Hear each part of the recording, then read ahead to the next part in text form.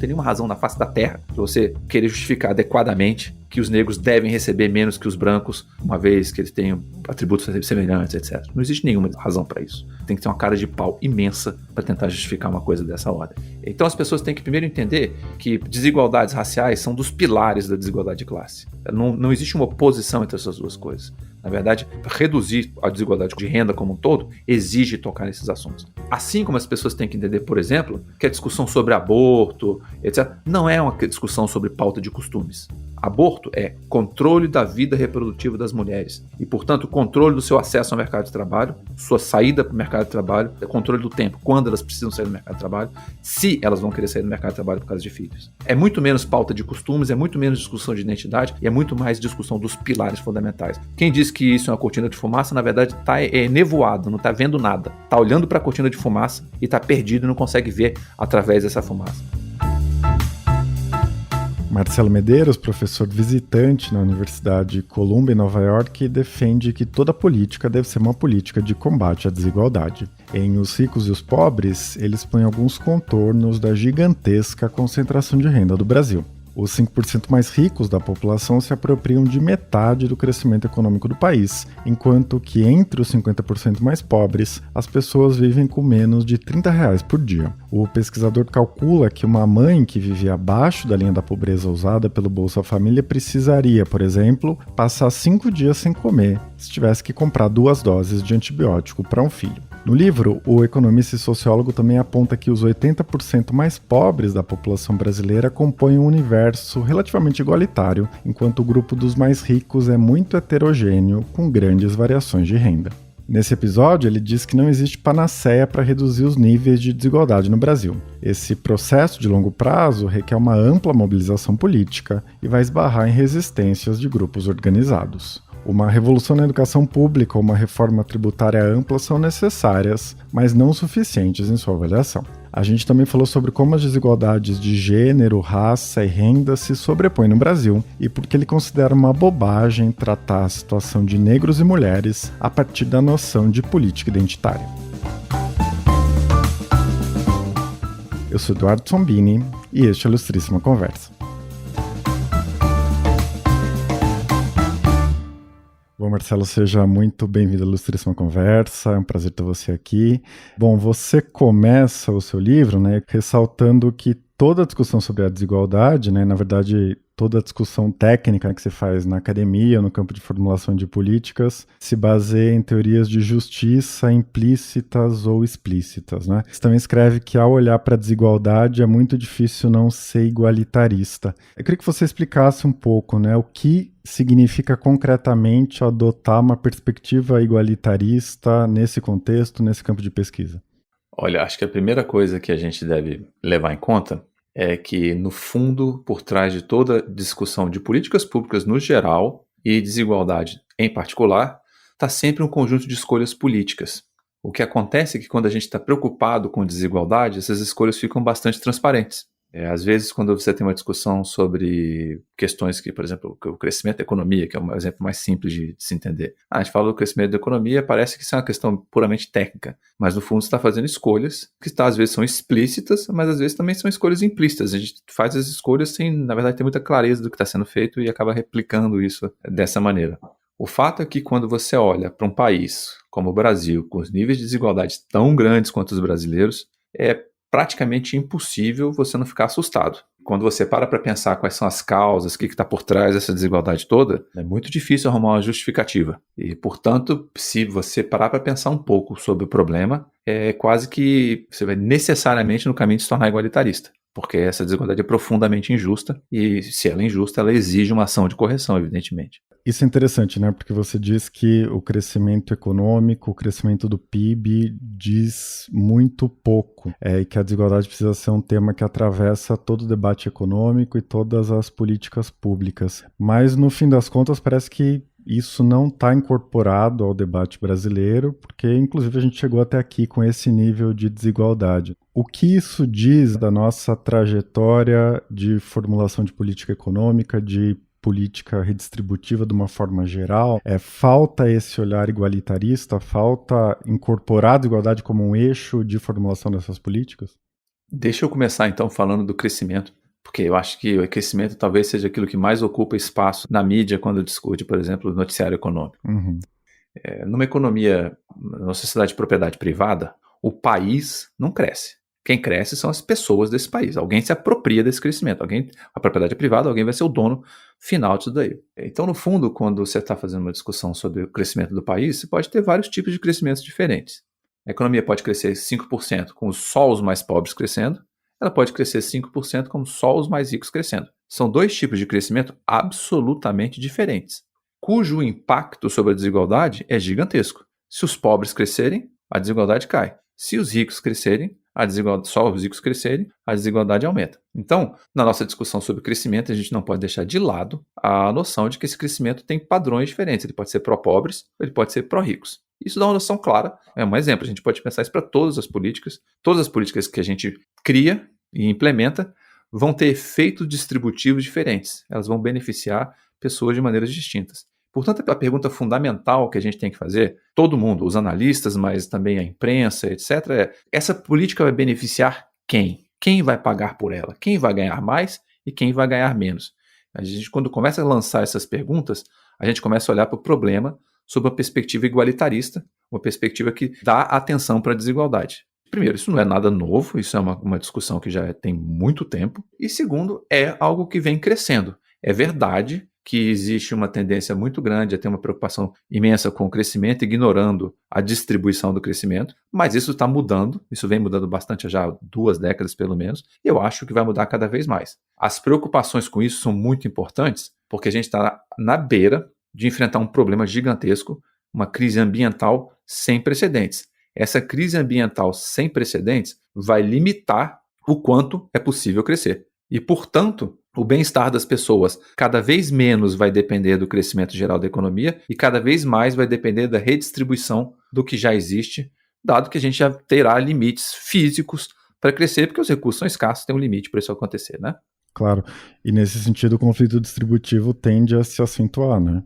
O conflito distributivo tende a ficar mais evidente. Ele já existe. Uhum. Já existe uma disputa de interesses sobre quem se apropria de quê na sociedade. E no caso da sociedade brasileira, uma fração muito pequenininha da população se apropria de uma parte muito grande do crescimento. Se a gente pegar mais ou menos aí o que aconteceu dos anos 2000 até mais ou menos, sei lá, até recentemente, eu vou aproximar um pouco, mais ou menos 5% da população está se aproximando de metade do crescimento do país. Isso significa o seguinte: olha, nossas políticas de crescimento são, no fundo, umas políticas que estão sendo direcionadas, uma parte gigantesca dela, metade é muita coisa, uma parte gigantesca dessas políticas estão sendo direcionadas para um grupo mínimo da população, 1/20 da população.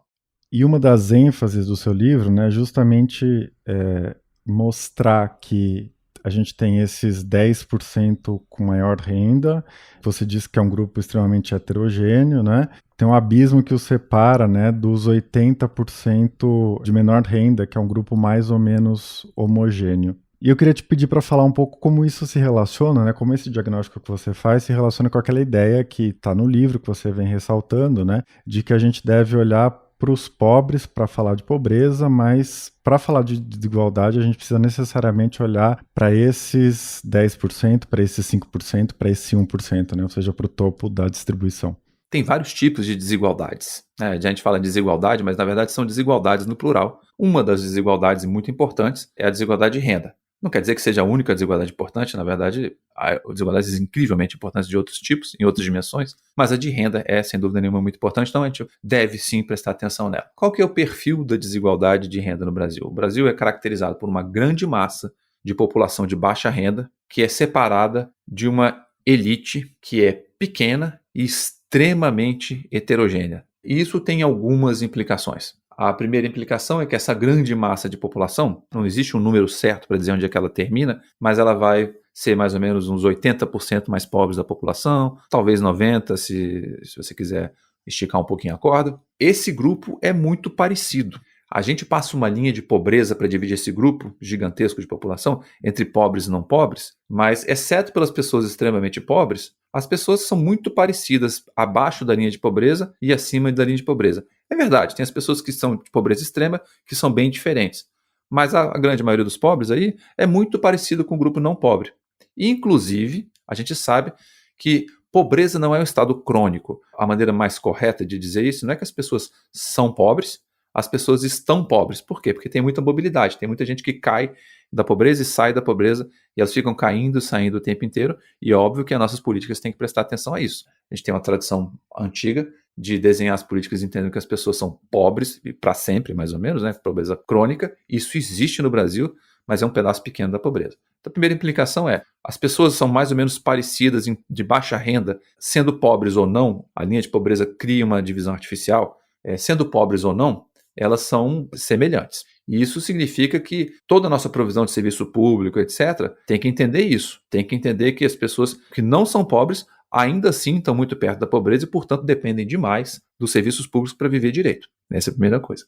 A segunda, vamos olhar para o topo da distribuição. O topo da distribuição é onde estão as pessoas mais ricas. Se a gente calcular uma medida de desigualdade para 90% da população brasileira, os 90% mais pobres, essa medida de desigualdade vai mostrar um Brasil extremamente igualitário. É claro que parte da desigualdade é a diferença entre os ricos e os não ricos, mas uma parte muito grande da desigualdade está dentro do grupo dos ricos, os 10% mais ricos. Pode definir como quiser esse grupo, mas está aí nesses 10% mais ricos. O que isso significa? Isso significa o seguinte, o Brasil é muito desigual, mas essa alta desigualdade brasileira é muito mais dada pela diferença entre os ricos e o resto, e as diferenças que existem dentro do grupo dos ricos, do que propriamente a diferença que existe em 90% da população. 90% da população brasileira é muito igual. A desigualdade está concentrada no topo. Consequentemente, quando a gente está preocupado com questões como pobreza, etc., a gente tem que olhar para a população pobre, população de baixa renda. Mas quando a discussão é sobre desigualdade, como a desigualdade está concentrada no topo, a gente tem que olhar para os ricos. E você traça essa fronteira, né, entre os 90% e os 10%, que eu acho que vale ressaltar, porque muito provavelmente as pessoas não têm muita dimensão disso, né? Você lembra que para você entrar nos 10% mais ricos, se você tiver carteira assinada e um salário de R$ 3.800 por mês, você já passou esse patamar, né? Isso mostra muito do que é a desigualdade no Brasil, né? Isso mostra para a gente que, de fato, a massa da população do brasileiro não tem renda muito alta, mas quando a gente olhar, as primeiras pessoas nesses 10% são muito diferentes das pessoas no 1% mais ricos, que são bastante diferentes das pessoas no 0,1% mais ricos. E a gente tem que se perguntar o seguinte, será que a gente quer ter mesmo só 3 classes? Os pobres, a classe média e os ricos? Será que o certo não seria ter, por exemplo, 300 classes? Ou pelo menos uma subdivisão mais refinada no topo? Uma das coisas que eu vou argumentar no livro é que não é bom para o desenho de políticas tratar esses 10% como um grupo só, como os ricos como um todo. O mais correto seria levar em conta essa desigualdade imensa que existe aí no topo da distribuição e talvez subdividir esse grupo em outros grupos menores, talvez 10, 5, 1, 0,5, 0,1, eu não sei. Isso aí não é tão importante assim, porque a divisão de classes é sempre um instrumento. Então, o instrumento ele é bom ou ruim para aquilo que ele for utilizado. Mas o que eu acho correto ver é parar de falar dos 10%, dos 20% mais ricos e entender que esses grupos são incrivelmente heterogêneos internamente. São muito diferentes, tem gente muito distinta aí dentro. E dentro dessa heterogeneidade toda dos 10%, né, essa ideia de separar os 10 do 5, do 1, do 0,1, etc. Que tipo de medida, né, pensando em política pública, pensando em política tributária, né, enfim, o que você vê como medida que faz sentido para lidar com essa heterogeneidade, pensando nesse princípio de uma justiça social, de uma redistribuição? Olha, para ter justiça social, a gente não precisa subdividir a população em classes, nem precisa definir uma linha de riqueza, por exemplo. A gente não precisa fazer isso. A gente, na verdade, consegue ter justiça social, por exemplo, sem definir pobreza. A gente usa uma linha para assistência social que ela é operacional. Né? A gente precisa fazer alguma coisa por questões operacionais, mas, na verdade, a gente pode mover essa linha para cima e para baixo e a política vai funcionar quase tão bem quanto ela já funciona. Talvez funcione melhor se a linha for mais alta um pouquinho. E assim, a gente pode fazer o análogo e pensar no outro lado da riqueza. A gente não precisa definir exatamente quem são os ricos para fazer isso. Eu já no passado me preocupei mais com isso. Eu acho que, olhando para trás, eu acho que foi um pouco uma perda de tempo. Eu acho que tentar subdividir isso não é tão importante assim para a gente desenhar políticas. Para resolver problemas de verdade, a gente não precisa de definições precisas de classe. Pelo menos nesse tipo de problemas, claro. Pode ser que exista alguma situação particular. Eu acho que por trás da sua pergunta tem uma outra pergunta mais importante, que no fundo é quais são as políticas ideais ou quais são as principais políticas que a gente deveria ter para combater a desigualdade. E uma das coisas que eu vou comentar no livro é que a gente não tem uma principal política, qual é uma meta, Ao contrário, eu acho que isso sequer é saudável pensar dessa maneira. Acho que a maneira correta de pensar é que, para o combate da desigualdade, toda política deve ser vista como a política de combate à desigualdade. Por isso eu insisto, mais uma vez, voltar no exemplo do começo da nossa conversa. A nossa política de crescimento deve ser entendida como uma política de combate à desigualdade. A gente está discutindo quais são as empresas que vão ser subsidiadas, quais que não vão ser subsidiadas, quais que vão ter isenção tributária. A gente tem que perguntar o seguinte: e quem é que vai ganhar com isso? Quem é que vai perder com isso? O que a gente podia fazer com esse dinheiro? Então é sempre a pergunta que a gente tem que fazer para todo lado. No fundo, isso quer dizer o seguinte: toda política tem que ser vista como uma política de combate à desigualdade. A gente está falando de desigualdade de renda, mas a gente podia falar de desigualdades educacionais, de saúde e, obviamente, aplicar as políticas que se referem a esses campos. Mas toda política deve ser vista como uma política de combate à desigualdade. Outra maneira de colocar isso é que toda política é uma política social, porque toda política tem um impacto social. Se a gente olha dessa maneira, a gente começa a dar uma visão igualitarista para o sistema como um todo. E nesse tópico, né, de que não existe uma política, não existe panaceia, um dos temas que você aborda no livro, um tema que você já abordou num texto que você publicou na Ilustríssima há algum tempo, né, essa ideia de que a educação não vai resolver os problemas da desigualdade como boa parte das pessoas pensam, né? Eu queria que você falasse um pouco sobre isso, né? Quais são as limitações e explicasse um pouco também, porque eu acho que essa posição pode levar à ideia de que não é preciso investir em educação, né? E não é exatamente isso que você está dizendo. Quando a discussão sobre desigualdade entra na pauta, geralmente tem duas grandes políticas que as pessoas dizem: a política deve ser essa. A primeira delas é: olha, vamos fazer uma tributação das grandes fortunas e isso vai reduzir a desigualdade. A segunda delas é: olha, vamos investir em educação, isso vai reduzir a desigualdade. Claro que essas duas políticas devem ser consideradas, todas as políticas devem ser consideradas, essas duas são particularmente importantes, mas a gente tem que separar um pouquinho as coisas. Nenhuma dessas políticas é uma panaceia. Nenhuma dessas políticas vai ser capaz de reduzir drasticamente os níveis de desigualdade brasileiros. Vai ser preciso muito mais do que isso. Vai dar muito trabalho, vai custar muito dinheiro, vai envolver uma mobilização política gigantesca, porque um país desigual como o Brasil, ele não é construído de maneira muito simples. Tem que fazer muito esforço para tornar o Brasil tão desigual. Tem que ter muito problema para o Brasil ficar tão desigual como ele é. Vamos lá. Vamos falar de educação, então. A maior parte das pessoas acha que a educação é uma solução para a desigualdade. Eu acho que cada vez menos. Já houve algum momento no passado as pessoas insistirem muito nisso, mas cada vez menos. Eu acho que as pessoas têm consciência clara hoje de que tem fatores aí determinando a desigualdade de renda que são totalmente tangenciais à discussão de desigualdade. Desigualdade, por exemplo, relacionada à propriedade, relacionada a rendimento de capital, etc. Não dá para justificar muito que alguém tem muita propriedade porque é mais educado, né? Tem outras coisas aí por trás disso.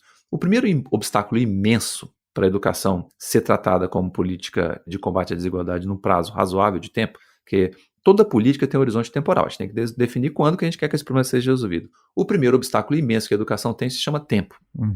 Porque pensa comigo, uma grande reforma educacional deve demorar mais ou menos talvez 2 décadas. Não vamos dizer que a gente consiga fazê-la rapidamente, leve 10 anos para fazer uma grande reforma educacional, ao ponto de tornar a educação brasileira uma educação de boa qualidade, de alta qualidade. Quanto tempo leva para formar uma criança num sistema educacional desse tipo? 1 década, talvez 2, dependendo do grau de educação que a gente queira dar. Se for ensino superior, nós estamos falando de quase 2 décadas. Então pensa comigo, uma reforma educacional gigantesca começar da manhã de manhã, ela só vai produzir a primeira grande geração de estudantes altamente qualificados num sistema educacional de boa qualidade daqui a 2 décadas. Esses estudantes vão ser minoria, porque um trabalhador fica 4 décadas no mercado de trabalho. O que a gente vai fazer com os trabalhadores que já estão no mercado de trabalho hoje e que já não têm educação? Como é que a gente vai resolver esse problema? Até eles serem substituídos, a gente está falando de talvez 4 décadas, 5 décadas, meio século. O que a gente vai fazer daqui até meio século? Vai ficar sentado esperando? Não, né? Então, é claro que a educação pode até ser uma alternativa, mas é um investimento de longuíssimo prazo. O tempo em educação não se mede em anos, ele se mede de efeito de educação sobre desigualdade, ele se mede em décadas. Então a gente tem que fazer alguma coisa até que essas décadas, se for uma solução, possam talvez ter efeito. Mas vem aí o segundo ponto. O que significa educação? Educação pode ser várias coisas. Pode ser educação primária, secundária, ensino médio, e pode ser educação superior. A educação que realmente afeta a desigualdade, a educação que realmente causa desigualdade no mercado de trabalho, é a educação superior. Portanto, se a educação for utilizada para reduzir desigualdade, vai ter que ser investimento massivo em educação superior. Em particular, na educação superior de elite, os cursos de economia, de medicina, de engenharia e outros. A pergunta: o Brasil vai aguentar fazer isso? Porque quando, aparentemente, tudo bem, a gente vai devagar fazer isso, o impacto não aparece. O conflito distributivo não aparece. Mas quando a gente traz isso para o problema de quem é que vai pagar por uma massificação do ensino superior de alta qualidade no Brasil, e que isso vai custar muito caro, aí o conflito distributivo aparece. Porque para pagar isso vai precisar de muito mais dinheiro do que a gente tem hoje. E para conseguir muito mais dinheiro, a gente vai ter que tributar muito mais. E aí esse problema começa a aparecer, e aí o conflito distributivo começa a ficar mais explícito. Mas quando você combina a necessidade de massificar o ensino superior com o tempo imenso que vai demorar para repor toda a força de trabalho, fica claro que a educação é uma coisa muito importante, ela é necessária, mas ela não é suficiente para atender as demandas que a gente tem de combate à desigualdade dentro de um prazo razoável de tempo aí, que não é, obviamente, meio século. Uhum. Você citou educação, citou tributação, e parece que em ambas as frentes existem grandes entraves para fazer esse debate, para aprovar medidas, para fazer reformas, né? Eu queria te pedir uma avaliação sobre o que isso aponta para o horizonte das próximas décadas, né? Não em termos propriamente de otimismo ou de pessimismo, né? Mas, enfim, o que esses entraves, o que a nossa situação hoje para fazer essa discussão, para implementar medidas que possam reduzir as desigualdades, apontam para o que o Brasil vai ser nas próximas décadas. Eu acho que a gente não deve ser otimista, eu acho que a gente não deve ser pessimista, eu acho que a gente deve ser realista. Fazer mudanças dessa magnitude vai envolver um esforço monstruoso, vai envolver muito dinheiro. E, obviamente, quando isso começar a envolver muito dinheiro, vai alterar estruturas muito profundas da sociedade, alterar a arrecadação tributária, porque a gente vai precisar de mais dinheiro do que tem hoje, e vai ter que tirar vantagens de alguns grupos. Então, isso vai ter reações. Pode esperar reações, é altamente previsível que no ambiente político essas reações aconteçam. Os grupos vão tentar defender suas posições atuais. Alguns são privilégios, outros nem são privilégios, mas vão tentar defender suas posições. O que leva a uma coisa: se existe uma coisa que está por trás da grande discussão sobre desigualdade, não são as soluções técnicas. É que isso vai necessariamente passar por uma mobilização política de grande escala. Como a gente faz uma mobilização política de grande escala que vai ser sustentada durante décadas, é uma resposta que eu não sei dar. E eu acho que ninguém, de fato, conseguiria dar uma resposta desse tipo. O que eu posso dizer com alguma segurança é que sim, ela vai ser necessária, porque a gente tem um problema político antes de ter um problema técnico. Queria passar para outro ponto que você já mencionou aqui, porque você defende uma espécie de desigualdade interseccional, né? Essa coisa de a desigualdade de renda se somar à desigualdade de gênero, a de raça, de educação, etc., né? E você tem um capítulo no livro sobre os negros no mundo dos ricos, né? E lá no finalzinho você escreve, vou citar aqui, abre aspas: é evidência demais acumulada, é gente demais afetada, é diferença demais resultante do problema, mas na década de 2020 ainda há gente que acredita que o problema não é tão relevante e que defende que se trata apenas de uma cortina de fumaça que enevoa questões maiores. Fecha aspas. Você pode falar um pouco mais sobre isso? O que você quer dizer? Porque isso me fez pensar exatamente nesse debate que opõe as chamadas políticas identitárias e as políticas universalistas redistributivas, né? Enfim. Essa discussão sobre políticas identitárias, isso é uma grande bobagem, tá? Vamos colocar em pratos limpos aqui, é uma grande bobagem chamar essas políticas de identitárias. Existe, de fato, algumas políticas identitárias, elas são absolutamente minoritárias na discussão sobre gênero e sobre raça, só para citar alguma coisa. Vamos começar do comecinho. Toda distribuição social é a distribuição de algo entre alguém. Esse algo pode ser renda, pode ser educação, pode ser saúde, qualquer coisa. São as dimensões da desigualdade. E o alguém pode ser famílias, pode ser adultos, pode ser grupos, como de mulheres e homens, grupos raciais. Vamos ficar no algo, renda, e vamos falar do alguéms, que são grupos e distribuição de renda entre indivíduos, tá? Se o Brasil fosse capaz de reduzir à metade a discriminação de raça e gênero no mercado de trabalho, só isso teria mais efeito do que uma reforma massiva educacional que fosse capaz de dar ensino médio para a população brasileira inteira. Isso dá uma dimensão de que esse problema não é uma questão de identidade. No fundo, um dos pilares da disputa da luta de classes são as desigualdades de raça e as desigualdades de gênero. Nas desigualdades como um todo, um dos fundamentos são a desigualdade que existem entre esses grupos. E essas desigualdades, elas são injustificáveis. Não tem nenhuma razão na face da Terra para você querer justificar adequadamente que os negros devem receber menos que os brancos, uma vez que eles tenham atributos semelhantes, etc. Não existe nenhuma razão para isso. Tem que ter uma cara de pau imensa para tentar justificar uma coisa dessa ordem. Então as pessoas têm que primeiro entender que desigualdades raciais são dos pilares da desigualdade de classe. Não existe uma oposição entre essas duas coisas.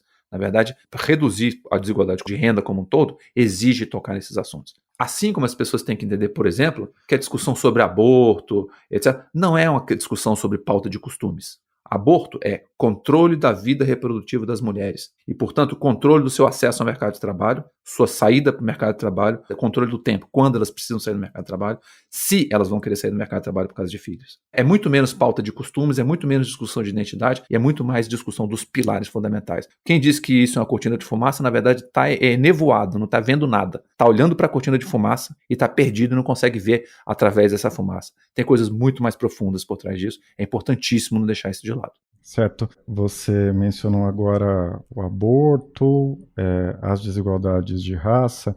Eu queria te pedir para falar um pouco sobre os mecanismos específicos, né? Porque a ideia é que é um círculo vicioso que se retroalimenta. Por exemplo, a questão do acesso das mulheres ao mercado de trabalho, né? Você consegue detalhar um pouco os mecanismos específicos em relação à desigualdade de gênero e racial? Consigo dizer uma coisa que talvez seja mais importante do que detalhar os mecanismos específicos.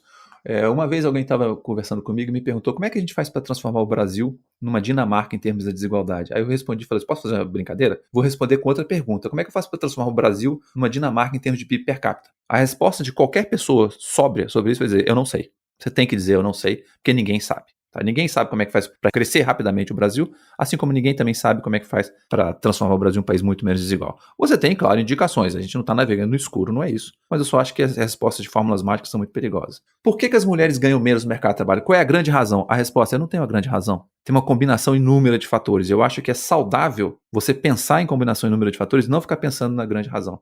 A grande razão, ela oculta coisas importantes. Deixa eu dar só um exemplo.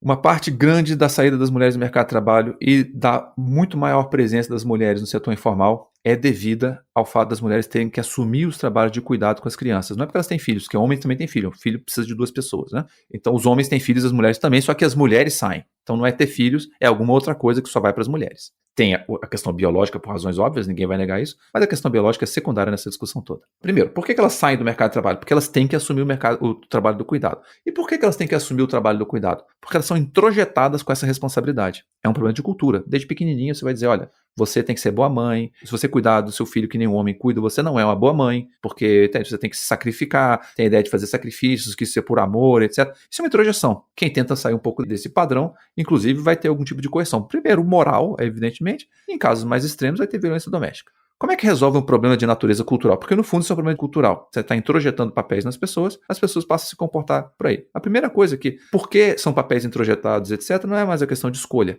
Não é uma questão que as mulheres estão escolhendo ou não. Quando você faz uma escolha num contexto no qual você não tem liberdade nenhuma para fazer escolha, essa escolha não tem qualquer sentido. Tá por trás disso o quê? Tá por trás disso uma cultura gigantesca. Como é que você muda uma cultura? Isso não é trivial. Você não tem uma resposta como é que você muda uma cultura. O que dá para dizer é, a cultura faz sim parte do problema. E há coisas que você talvez possa fazer melhor, que também vão ajudar a resolver esse problema. A gente está muito preocupado com o ensino primário, etc. Talvez a gente tenha que fazer uma oferta de ensino pré-escolar, creches e até, né, todo o processo antes disso. Talvez essa seja uma das coisas. E tem uma série de outras coisas. Não tem uma política qualquer. Você pode fazer listas enormes das coisas que precisam ser feitas e eu certamente não deveria fazer isso aqui nesse momento. Não seria nem adequado e nem eu seria capaz de fazer agora. Eu só quero reforçar isso. É muito difícil e tem um conjunto muito grande de fatores. E por isso, qual é uma das preocupações desse livro? Reconhecendo que é difícil, reconhecendo que é um conjunto muito grande de fatores, eu implicitamente estou reconhecendo que eu não sou capaz, eu, Marcelo, não sou capaz de resolver esse problema sozinho. E eu vejo o livro e a minha função como muito mais dar ferramentas para pessoas que vão de fato enfrentar esse problema em algum momento, tenham as ferramentas para fazer isso. Eu estou muito mais preocupado em dar ferramentas para as pessoas trabalharem melhor do que eu propor as soluções para esses problemas todos. Eu, no sentido, o livro, né? Claro, com certeza. Bom, Marcelo, para a gente encerrar, né, eu queria te fazer uma pergunta sobre isso que você mencionou da crise ambiental, das limitações ao crescimento econômico que estão muito evidentes, né? E o que você está pensando em relação à evolução da desigualdade e de outras questões conexas nesse contexto de emergência climática, de crise ambiental, etc., né? Que tipo de preocupação vai emergir, que tipo de conflito vai se tornar mais nítido? O problema ambiental é um problema de desigualdade. Ponto. Por quê? Pensa comigo. Uma parte grande do problema ambiental tem a ver com a forma como as coisas são produzidas. Essas coisas são produzidas porque elas vão ser consumidas. 1/4, mais ou menos, de toda a renda do Brasil está na mão de 1% da população. Extrapolando de maneira um pouco grosseira, significa que 1/4 de todo o consumo está nas mãos de 1% da população. O problema de consumo excessivo, portanto, está numa fração muito pequenininha da população. Pode não ser 1, pode ser 2, pode ser 3, pode ser 5%.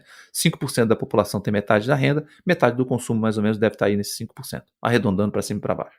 Portanto, enfrentar o problema ambiental implica entender que o problema ambiental é um problema de desigualdade e que, portanto, as políticas vão ter que afetar pessoas de maneira diferente. Quando a gente fizer todo mundo pagar por algum tipo de política, como, por exemplo, parar de incentivar o consumo de combustível fóssil e passar a, talvez, tributar esse combustível fóssil, etc., isso vai afetar todo mundo. A gente vai ter que compensar isso de alguma maneira para as pessoas, para a massa de população mais pobre. Ao invés de manter o subsídio para todo mundo, a gente vai redirecionar isso daí. Isso é uma maneira de fazer. E a gente, no Brasil, tem um problema de consumo de combustíveis fósseis, mas no Brasil um problema muito importante é biodiversidade. A gente destrói sistematicamente a biodiversidade, já está perto dos limites aceitáveis, a Amazônia já está irreversivelmente comprometida, mas já está chegando ao ponto de que ela vai literalmente começar a entrar na fase de colapso se continuar do jeito que está. E isso também é um grupo muito pequeno de população que está fazendo isso. Então, resolver esses problemas também vai passar por aí. Os problemas que as cidades vão ter que enfrentar de saneamento também vão passar por desigualdade. Enfim, o que é importante a gente entender é que por trás da crise ambiental existe um problema de desigualdade. Desigualdade é uma coisa que está em tudo que a gente faz e ela é inacreditavelmente importante justamente por essa razão. Para recapitular, o Marcelo Medeiros é autor de Os Ricos e os Pobres, O Brasil e a Desigualdade, que acaba de sair pela Companhia das Letras. Marcelo, foi um prazer enorme ter você aqui. Queria agradecer muito a sua participação. Eu adorei. Muito obrigado. Este foi o Ilustríssima Conversa. Eu sou Eduardo Sombini e a edição de som foi feita pela Laila Moalen. A gente se vê daqui a 2 semanas. Até lá!